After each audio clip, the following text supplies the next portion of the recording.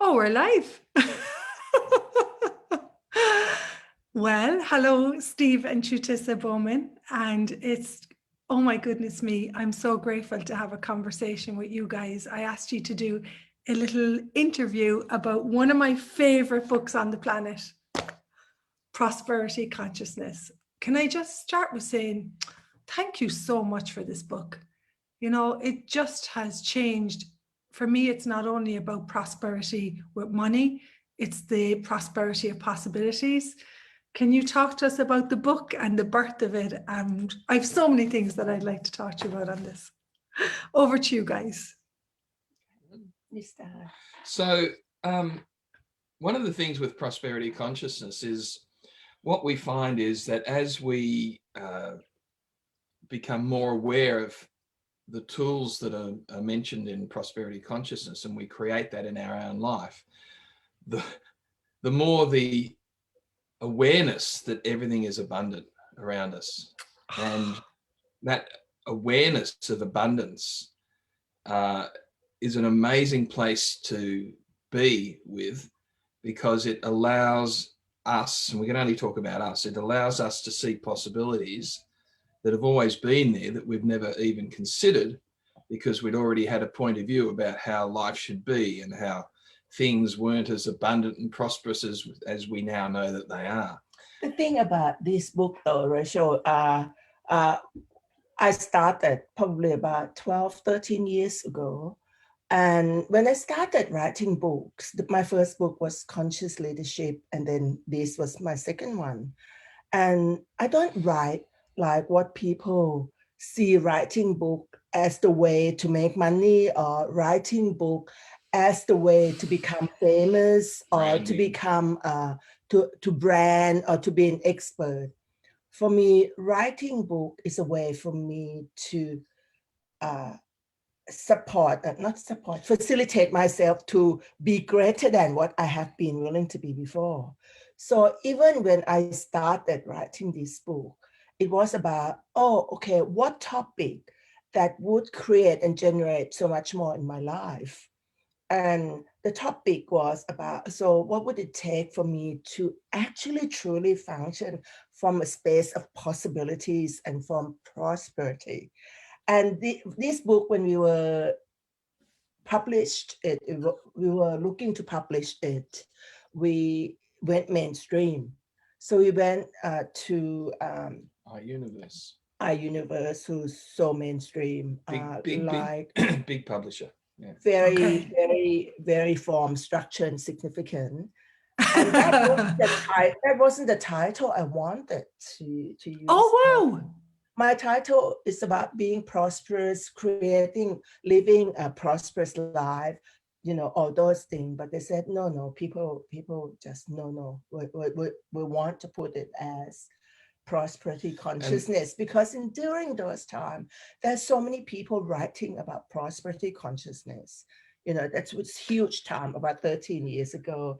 And they said, you have to call it prosperity consciousness. So we thought, okay, that's not the title that we would ever use, but let's use this reality to work to our advantage. And here you go. No one's ever known this before, but if you look at the top of the book, what does it say, Rachael? Right at the very top, a one-of-a-kind financial guide. It's never any of those. So they put that's brilliant. They put all those words that will attract people in. For us, I thought, I'm just writing it to create greater possibility in the world. But since we made the choice to play in this reality, and we made that choice, so we had to look at, okay, so what would create more? What title would create more for everyone concerned? So we went with prosperity consciousness. And so, it's quite well received outside the arena of access facilitator as well. Particularly with German speakers. I mean, it's that the German speaking book, because we see things coming through, 3 people a day for the last 2 years have been buying. Wow. On average. Wow. That's incredible. You said something, Chutisa, which continuously blows my mind when I'm around you. You don't ever look at like it you function from this kingdom of we, whereby you, and you both do this, where you look at what will this create for me in my life? And in that energy, there's a massive contribution that it is to others. Like, can you talk about that and how you like, it's like you've this ability to harness and harvest information. It's just incredible. I think the thing is, though, most people, let's focus on book. Most people writing the book or choosing to create a book or choosing to create anything from the kingdom of me first. Tap into the energy. If you look through Facebook, it's all about me. There was not much about true possibilities for everyone concerned. And I think that is the key operative state of being for both of us, of everything we do would have to come from wishing well for all and generosity spirit. Even if we do share trading, even we do investing for ourselves, because you can't invest for yourself in the vacuum.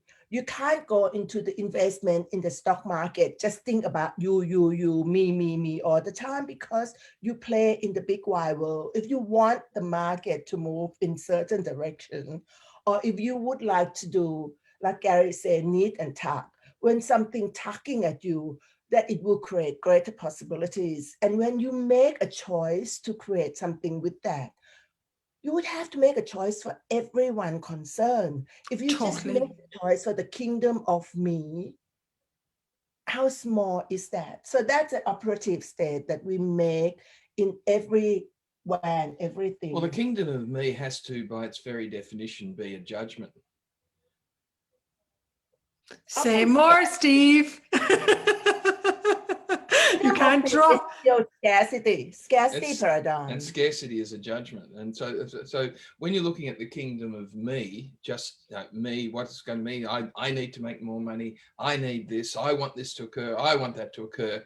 They're all judgments that don't allow you to see what could actually be created.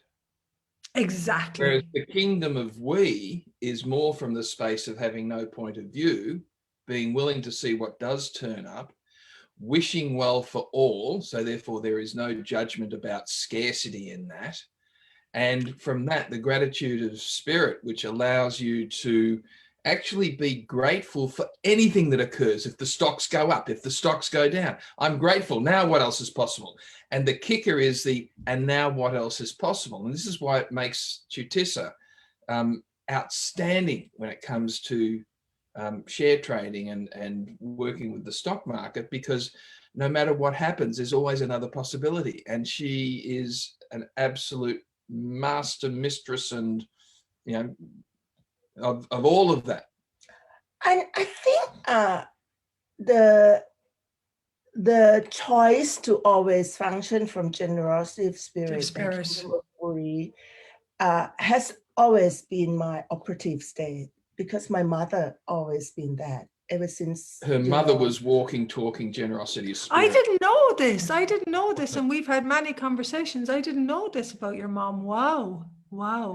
I was, I think I made that choice to have her as my mother, because every time I think she's passed away a long time ago, but every time I recall my interaction and relationship with her, it's always come from kingdom of generosity spirit, of wishing well for all, for everything. So I think I was always from that space with her anyway. And then to have Gary to facilitate me and mentor me, it's exponential. And to give it a voice too. He enabled you totally to allow me to give the voice of who I am choosing. There's a lot of things that I knew, I didn't know that I was that until he actually invite me to see that, that you are that. And it's constantly, even now, he's constantly inviting me, like he said to me, do you ever have any problem? And I never do. Because I never function from problem. Everything is such infinite choice and infinite possibilities for me, even when I was young. But when I go into the space like with lots of people and they all seem to have a lot of problems, I tend to say, do I have that as well? Surely everyone else seems to. And he'll say, shut up, Shakisa, you know, you don't have it. You realize, but why everyone's having it? What's going on here? So he always keep reminding me that, you never have any problem because you don't look for problem. People create problems, and Yeah. and Chutisa just creates. She's bypassed the problem bit. If you read the book, Rachael, I've read, I don't know if you know this. This is my 6th copy, and everyone that I ever meet, I'd say, hey, this is something that you got to have in your toolbox. This is what is my underlining point of view here, and the page where you go down through how you're functioning, about scarcity. The tools in it are so usable. So I was with Leeson Bengston, who's another CFA, Leeson, and I put my hand into my pocket one day and I took out something, and she said, what's that? And I said, that's the page from Prosperity Consciousness where you go down through the questions. And she was like, you walk around with that in your coat? I was like, yeah. So that anytime that I'm in, like, I grew up in scarcity mentality. I didn't have the same engagement interaction. And yet my being had this generosity of spirit. And when I was really, the book allowed me to see where I was functioning from those energies of lack, and I could choose. Steve, you said something. I could choose the awareness of possibilities in every moment. If I was the game changer for me, are you willing to receive the greatness of you? Are you willing to receive? And what am I unwilling to receive? And that opened up, you guys opened up a completely new universe for me with this book. And I remember you said to me once, both of you said, I was telling you what I'd like to create in the world. And you said, you know what, Rachael, it's never about the how. You've got to choose it, get the awareness of the possibilities, and then all the information, the money, everything that's required to have that be actualized in the world will show up. And this, to me, for anyone out there, if you, there's a line where you start the book saying, prosperity consciousness is for everyone who seeks it. It's not for the special ones. And I think that was the part that really was like, okay, because my point of view that I wasn't a special one, or I didn't, have whatever I decided I didn't have. And that was the line that for me is that consciousness is the process by which you will create your financial reality. Either it will be an abundance and ease, or it will be a disaster, whatever that is. And this was just like, wow. Yeah. Wow. The thing is, like you said, Rachael, that you were saying that you came from the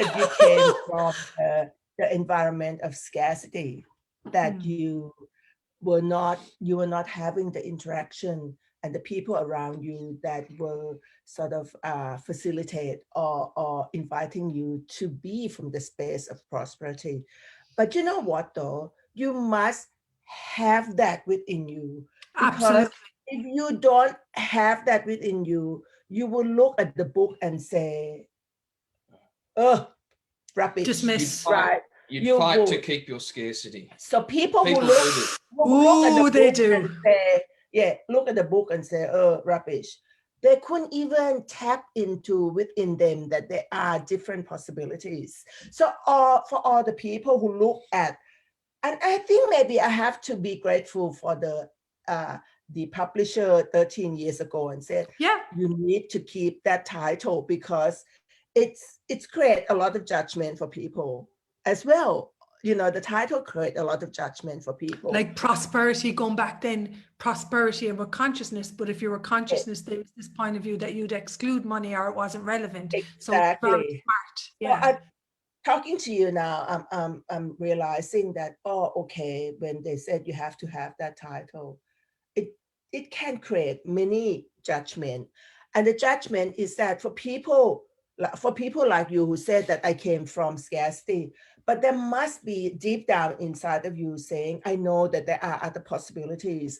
I I can perceive it, but I'm not having it at the moment. So if Yeah. you can truly perceive the spirit within you, that there are other possibilities about being abundant and prosperous, you will be attracted to this book. Otherwise, you say, oh, this is rubbish, right? So for all of those people who say, oh, I'm not having it at the moment, I'm still functioning with lack, I'm still functioning with, getting paid and monthly and working hard for my money. But if you have a slight attraction to this book, there is deep within you that saying that there are different possibilities. There are something that I could receive and I could create and generate in my life. And I think this book, the way I've created it is that just tell the story about what it was for me, even though I came from a very well-to-do family. But I realized that well-to-do people still full of scarcity mindset, Yeah. still full of lack, still full of fear of losing. If you function from a space of scarcity and not enough, you will be so worrying about losing what you have. You're miserable just with money. Whereas You're some people are miserable without money. Exactly, but either or, you're still in that, you're still fighting that scarcity paradigm, and this is the piece. Like there is no loss in this book, and that's the space that you guys function from. There is no loss, that there's always something greater available. And yeah, what I see this book doing is it offers a glimpse of possibility, but it's up to the person to then choose. yes. So there's lots and lots of tools in there, but they mean absolutely nothing if at least one of them aren't chosen. So in the end, it's one of the greatest tools that Gary ever gave me was a comment that he made when we were traveling in a car one day. And he said, information creates awareness. So never reject information, but look to see what awareness it gives you. And it won't be the content of the information, it'll be the awareness that comes from it. And the same thing with this book, there'll be things in there where all of a sudden it will just tap into your awareness. It will exponentialize what's possible. And then you go and make it your own. Totally. The key message, which is so embedded within the middle of the book, is that the only thing that will change your reality in your life is when you can embody and be the greatness that you could truly be, because you is the only generative asset in your life. Most people go and look and try to invest in generative asset out there in the world, but they never look to invest in generative asset that with you, wherever you go, there you are. And they rejected themselves as the asset. So the whole key message is that if you can embody and be the greatness that you could truly be, whatever that means to you, you expand yourself as a generative asset in your life and your reality, then your life will come to you with ease, joy, and glory, really. That's basically. And it can be as simple as asking that question every single day when you wake up. What would it take for me to be the generative asset that I truly am today? I have a new question. Start the day off with that. It's very hard to be miserable and lack when you start with that. Well, I would love to invite everyone who listen to this is to make it your second priority. Your first priority is to have fun, living your life. The second priority then is to embody and be the greatness that you could truly, truly be, and allow yourself to truly be the generative asset in your life. And do everything from that space, whatever that means to you. And don't try and define it. Just ask the question and see what shows up. Ask it again, see what shows up. Information creates awareness. It's so funny. I'm reading a first of a kind financial guide. Be the generative asset that you be first. You Yeah, know, exactly. That probably should be the new byline. But you have read that book a number of times. So what are all the key things that highlighted in your life and your awareness that maybe you could share with us? what are the things that pinged for you that actually you've found have had an impact? I think one of the biggest parts for me, and I'm going to read this because it was a huge impact. Develop the discipline to notice the places where we refuse to receive. These three things on page 20, I would notice where there was an unwilling. You talk throughout the book about there is no problem. There's only an unwillingness to receive. So what I developed was through the reading of the book and getting present, I would develop these moments. I was coming back from a facilitator's class in Rome on a boat, and I treated myself to a boat to the airport, which is a big deal. And I'd spent a lot of money on classes and training. And just as I was coming into the airport, I got a little scarcity. Oh, I've used all this money. I'm going to run out. And immediately I began to recognize the energy of the scarcity and the compression and the contraction. And Steve said something, the defending of the point of view. And in that moment, I started to recognize, I built the muscle of recognizing the scarcity point of view and how it would destroy what I could be in the world and what I could create and my own possibilities of living a joyous life. That was a big one for me, that the recognition and the presence when the energy of the scarcity would show up, and how much I want to defend it sometimes and even fight for it, which is like crazy, but you know, this book will challenge your points of views for sure. And then the other one was the building the dedication to persevere until greater awareness becomes embedded. And one thing that I have to say that I've always been shown, there's always something greater available. If you'd have told me that there's a magnanimous being of consciousness and that I can choose to have that awareness of possibilities and prosperity, I am continuously blown away about when you are willing to have that ease, joy, and glory, and when you're willing to allow money to contribute to your life and what you would like to create. It always comes. It's one of these, like, I don't even. So listening to your highlight, and thank you so much. That is really cool. It's great that you are really so committed to actually create something even greater. When you go into the space of scarcity, then do you actually recognize that is that space that you stop trusting that there are infinite choice and infinite possibilities, and that the universe is the abundant place? So for everyone, so when you actually get yourself in that space of the big knot in your stomach that you spend too much money and that's never going to be enough and you're never going to have any more. Oh my God, what have I done?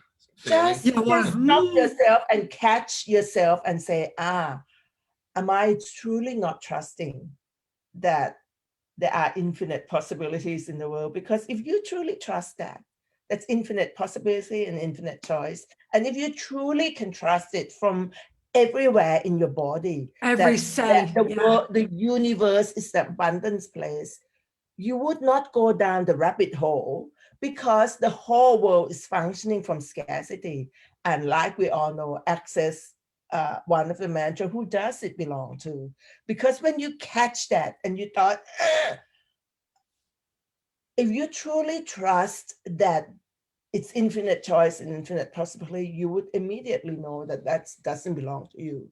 But if you have not trusted yet, then you still have to ask, oh, this doesn't belong to me, because I know that we are living in the infinite universe. Do you know what I mean? Can you see the totally the dichotomy of the being dragged down the rabbit hole by this collective unconsciousness? Totally. And that's the third one, discovered within ourselves the strong determination for a conscious way of living. And that's what you talked about, that no matter what, and then you get used to the muscle, and you start to trust the energy. And the greatest gift of all is you start to trust yourself and your ability to create, which is birthed out of, yes, it's just incredible. And there's yeah. I was just going to say it's epitomized in something that we come across all the time and we use ourselves. Is, you know, everyone who's listening to this has always at some stage or other had either a large bill come in, or the tax office has told them you owe this much, or something has happened. And what I find, this is just me, what I find is amazing, is that can sometimes be the reaction to that I find for me, or the way that I choose to be with that, is just literally say, oh, well, let's create more. And it's that energy of nothing's a problem, let's just create more, that immediately stops you from going into the, where am I going to find the money to do this? The, oh, well, let's create more energy is a sense of total peace.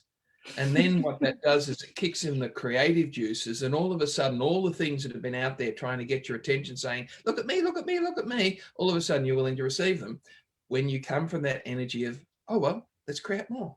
I think to be able to flow with that too is you would have to trust that you can create more. You know, if you're going to, oh, well, let's create more, and you think, oh, I don't know how. I don't know how. I don't know what to do. I don't know how. As soon as you say, oh, we can create more, but you're going to, but how are we going to create more? You shut down all of the possibilities that could be created. Does that make sense? It makes total sense, because you're in the problem, and the only thing that can come to you in the position of the problem is the scarcity. Whereas when you turn, you guys always say every problem is a possibility that you just haven't opened up to, and that you turn to the possibilities and they show up everywhere if you're willing to receive it. It makes total sense. And one of the things you said, Steve, and I tell this to everyone because I'll never forget it, you said the amount of money that you're unwilling to lose is the amount of money that you've decided that you can't create. And when I got that, I was like, of course I can create, of course. And then it's just, what a journey. Yeah. How, like, but again, folks, yeah, it is. It's a beautiful. It is true story. I should share with this one is when you combine the knowing that you function from infinite choice and infinite possibility, and you truly trust in your capacity. The story that I love the most, that allow me to truly be that, is I wrote that in my new book, Conscious Leaders for Futures That Are Sustainable, was the story about Warren Buffett, because I was always talking about her favorite story of all time. I love this story. I look at Warren Buffett. You've read it, the story? No? Yeah, no. yeah, tell. I look at Warren Buffett things, and our publisher, Christine, asked me, Chutisa, can you share that story? I didn't want to put that story in the book, but she said, can you share that story so people know what is it that make you truly trust in your capacity to lose a lot of money during share trading, lose a lot of money during, during life. Last March 2020, everything, the share trading went kaput. I woke up with 200,000 down, gone. I have to put it in. And just being able to tap into that story of Warren Buffett, it's allowed me to say, oh well, I can create more, because many years ago, when he did some investment in something that he actually lost $200 billion for the company. Billion, not million, billion. When I first read the report many years ago, the share trading report or something, and I said to Steve, wow, how amazing the man is to be able to lose $20 billion and able to walk into the shareholders room and able to hold himself up high and say, wow. You trust me, I will make it all back and more. And Steve, I mean, we're in different office. Steve called me and said, Chatisa, you didn't read it correctly. I thought, oh, okay, I made a mistake. Was it 20 million? He said, no, it's 200 billion he lost. 20 billion, poo. It was 200 million. So I tend to tap into that energy. Who could I be that I'm not willing to be now? To be that energy that if I do something and like in that space and lost $200 billion, who would I have to be willing to be to actually walk into the shareholder and be report throughout the world that I lost that? And that's what he did, right? So first, he had no judgment of himself. If he had the judgment of, or if he start looking at the wrongness of what he did, and if he started judging about what he did wrong, and if he not willing to receive the judgment of the whole world, he would have jumped out of a window. See, totally. So that what made him different is allowance of himself, interesting point of view about the judgment of himself and the judgment of the whole world, and the trust in his capacity to create and generate with total ease, and the trust that he knows he can be and do different to make more. And most important is to trust that the world is the abundant, the universe is the abundant place, an infinite possibility he could create. So that is combined. That's why that story is very palpable for me, that, you know, so if you only lose 200,000, that's a spare change for for him. He wouldn't even look at that. Exactly. Oh my God. This is how it works also for those that are listening. I'm mentoring a wonderful Maori couple over in New Zealand, very, very successful business people.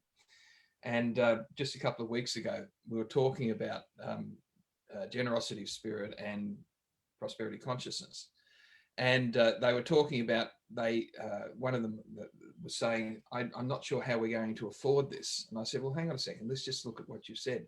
I'm not sure how we're going to afford this. What if you turn that around and said, okay, so there's this amount of money there. I wonder where we could create that. I wonder what that would look like. And they both looked at each other, and the first one said, well, actually, we've got $80,000 over here that just came to my attention today that we'd forgotten about. And then the other couple said, oh, I haven't told you, darling, we've just picked up a major client that's worth $120,000 for us. In the space of about a minute, they'd recognized that money was out there and more, but they just never recognized it. And it wasn't until they were willing to be the question of, okay, so I wonder what this would look like, that they were actually able to see what was already there. Real life story. Within 2 minutes, they had created the awareness of the $200,000 they already had. That is incredible. Duplicate that energy. Mm-hmm. Embrace that energy. Wow, how does it get any better? I just want to tell people that there was an amazing podcast that you did with Simone about the morning that you woke up. It was during the night. I remember listening to that podcast. You did a podcast with Simone about this, waking up and the structures. I don't know if you remember it. It's fantastic. I'll put it in the follow-up here in Facebook, and when I put it on YouTube, I'll put it there too. Brilliant podcast. I just want to say thanks to you guys. What's coming up? How can people find you? What's next? We got a new companion. We haven't read thing about. I just wrote it and I just put it aside. Literally, one of our staff put it on Kindle. It's a companion reader's guide to that book. Reader's companion to prosperity consciousness. No one's seen it except me at this stage, and it hasn't been released yet. It will be in the next week or so. I tend to write books and just put it aside, and then, you know, and as you do. Our staff would just say, "Oh, shall we put this up on Kindle so people can buy it. So she's working on that now, putting that up on Kindle. So what it is it's a reader's companion to the Prosperity Consciousness book. And what it does is it takes you even deeper into some of the areas and gives you a whole lot of questions and probably not exercises, but questions, and invites you to chronicle some of the things that are going on in your mind as you go through the book. It's very, very cool. It's awesome to read. And the questions that are asked in there, I was reading through it again yesterday, and it's probably some of the best work that Chutissa's put together. It's absolutely awesome. But it's a companion to the Prosperity Consciousness book. See, I have lots of things in my laptop. I think if I die, someone needs to inherit my laptop. They'll need an archaeologist. Make sure Steve hire an archaeologist to go through her laptop just to unearth all of the dead things that are in there that are so cool. Make sure someone has those passwords so that doesn't get left sitting on a laptop. How does it get any better? And I told you this, I'm doing a book club on this in a couple of weeks. If you want to come on and walk through the book, it's one of my favorite ways. We do it in an afternoon and we just rock up and sit and read and play with the tools. And thank you so much for the invitation that you guys have been to me. How does it get any better? And that's it. Yeah. Thank you, Rachael.